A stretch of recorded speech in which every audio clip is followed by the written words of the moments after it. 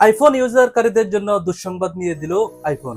যে যারা এই আইফোন 16 প্রো ম্যাক্স নিয়েছেন, এরপর থেকে 15 Pro Max and 16 Pro Max এই দুইটা ফোনে আপনার প্রথমবার নেওয়ার পর যে আপডেটটা আসবে, আপনার 3 মাসের মধ্যে আপডেটটা না দিলে মোবাইলটার স্টক করবে। কেননা এই ফোনগুলা আইফোন 16 প্রো ম্যাক্স আমরা প্রতিনিয়ত দেখতেছি যে সবগুলা ফোন হ্যাং হয়ে আসতেছে। দেখেন আমার হাতে যে ফোনটা রয়েছে এটা 16 প্রো ম্যাক্স।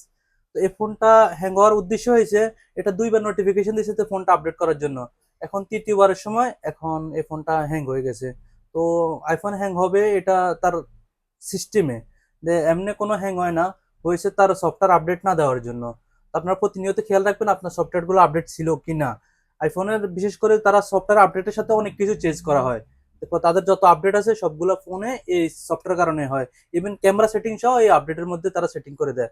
তো আপনি সবসময় খেয়াল রাখবেন আইফোন ইউজারকারীদেরকে শেয়ার করে দিবেন, যাতে যেন প্রতিনিয়ত এই ফোনগুলো আপডেট দেওয়া হয়। কেননা আপডেট না দিলে আবার সেই ফরম্যাট দেওয়া লাগবে লাস্ট পর্যন্ত। তো আজ এই পর্যন্তই, ভালো থাকবেন। আল্লাহ হাফেজ।